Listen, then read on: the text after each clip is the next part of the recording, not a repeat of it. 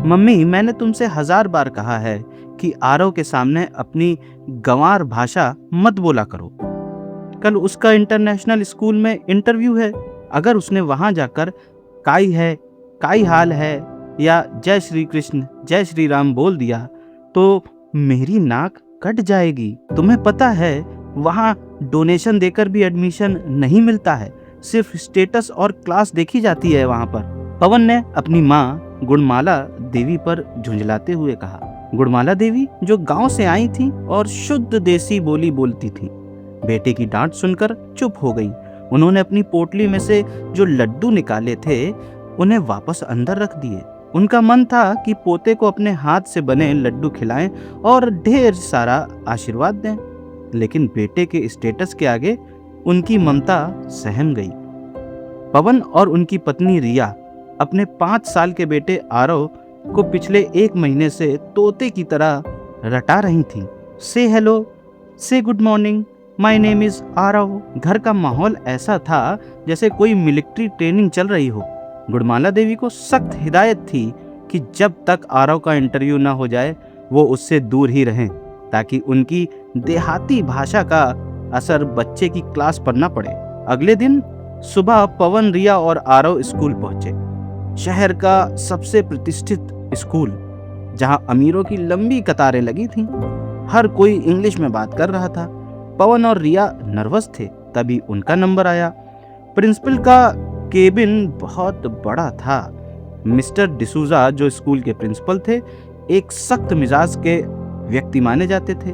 उन्होंने आरव से अंग्रेजी में नाम पूछा, रंगों के नाम पूछे। आरव ने रटे रटाए जवाब दे दिए। पवन और रिया के चेहरे पर मुस्कान थी। सब कुछ प्लान के मुताबिक हो रहा था। तभी मिस्टर डिसूजा ने अपनी पेन नीचे रखी और आरव की आंखों में देखकर पूछा, बेटा, जब आपके घर में कोई बड़ा मेहमान आता है या आप अपने दादा दादी से मिलते हैं तो सबसे पहले क्या करते हैं? पवन का दिल धक से रह गया। उसने ये तो सिखाया ही नहीं था। उसने बस हाय हेलो सिखाया था। आरव चुप हो गया। पवन ने इशारे से उसे गुड मॉर्निंग बोलने को कहा, लेकिन आरव ने वो नहीं किया जो पवन ने सिखाया था। आरव अपनी कुर्सी से नीचे उतरा, धीरे धीरे चलकर प्रिंसिपल मिस्टर डिसूजा के पास गया और झुककर उनके पैर छुए। फिर हाथ जोड़कर बड़ी ही मासूमियत से बोला, प्रणाम गुरुजी, जय श्री कृष्ण। कमरे में सन्नाटा छा गया। पवन को लगा कि अब तो रिजेक्शन पक्का है। उसे अपनी माँ पर गुस्सा आने लगा कि जरूर छिपकर उन्होंने ही ये सब सिखाया होगा। रिया ने अपना माथा पकड़ लिया। लेकिन अगले ही कुछ पल ऐसा हुआ जिसकी पवन ने कभी कल्पना भी नहीं की थी। मिस्टर डिसूजा, जो अब तक गंभीर थे, जोर से हंस पड़े। उन्होंने आरव को उठाकर गोद में बिठा लिया। मिस्टर पवन, प्रिंसिपल ने कहा, आज सुबह से मैंने 50 बच्चों का इंटरव्यू लिया है। सब रोबोट की तरह हाय हेलो और गुड मॉर्निंग बोल रहे थे, लेकिन आपके बेटे ने जो किया है वो हमारी संस्कृति है। ये संस्कार किताबों में नहीं मिलते हैं। पवन हक्का बक्का रह गया। मिस्टर डिसूजा ने आगे कहा, आजकल के पढ़े लिखे माँ बाप अपने बच्चों को अंग्रेज बनाने की होड़ में अपनी जड़ें काट रहे हैं। बच्चा अंग्रेजी तो स्कूल में भी सीख लेगा, लेकिन बड़ों के पैर छूना, जय श्री कृष्ण कहना, अपनी भाषा पर गर्व करना, ये तो घर से ही मिलता है। कौन सिखाता है इसे ये सब? आरव चहकते हुए बोला, मेरी दादी। वो कहती हैं कि विद्या तो विनय देती है और सबसे बड़ी पढ़ाई झुकना होता है। प्रिंसिपल ने पवन की ओर देखा। आपकी माँ को मेरा नमन कहिएगा।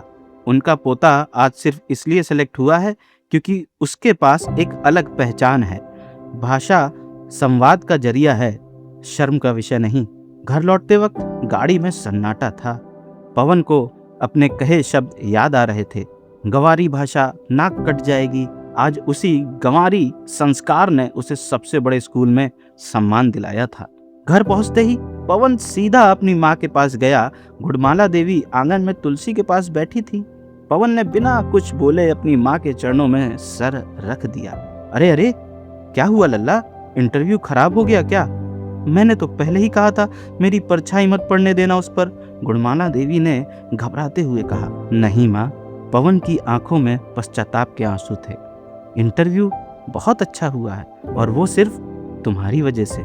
मुझे माफ कर दो माँ, मैं भूल गया था कि पेड़ चाहे कितना भी ऊंचा हो जाए, अगर जड़ें कट गईं तो सूख जाएगा। पवन ने आरव को पास बुलाया और कहा, बेटा दादी को बताओ तुमने स्कूल में क्या किया। जब आरव ने बताया तो गुणमाला देवी ने उसे गले लगा लिया। उस दिन पवन को समझ आ गया था कि सूट बूट और अंग्रेजी से आप मॉडर्न बन सकते हैं, लेकिन इंसान आप अपने संस्कारों से ही बनते हैं। उसने महसूस किया कि सच ही कहा है, अनपढ़ लोगों की वजह से ही हमारी मातृभाषा और संस्कृति बची हुई है, वरना हम जैसे पढ़े लिखे लोग अब जय श्री कृष्ण और राम राम जय श्री राम बोलने में शर्माते हैं और उसे पिछड़ापन मानते हैं। उस शाम पवन ने भी घर में घुसते वक्त माँ से हाय मॉम नहीं कहा, बल्कि हाथ जोड़कर जय श्री कृष्ण कहा। गुणमाला देवी की झुर्रियां भरे चेहरे पर जो मुस्कान आई वो किसी भी डिग्री से ज्यादा कीमती थी।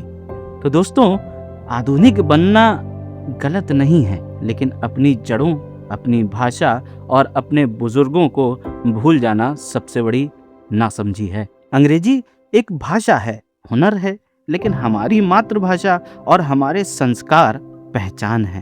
अपनी संस्कृति पर शर्मिंदा ना हो, बल्कि गर्व करें। तो दोस्तों, ये थी आज की ऑडियो बॉक्स की कहानी।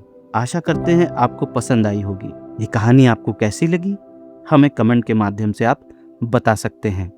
इसी तरह की कहानी मैं राहुल राम द्विवेदी आगे भी लाता रहूँगा, इसीलिए आप हमारे इस चैनल से जुड़े रहें। अगर आप ये कहानी फेसबुक में सुन रहे हैं तो हमें फॉलो करें, यूट्यूब में सुन रहे हैं तो हमें सब्सक्राइब करें। ऑडियो बॉक्स इसी तरह की कहानी आगे लाता रहेगा टू योडो इंडिया पर। मैं फिर आपके सामने एक और कहानी लेकर हाजिर होऊंगा।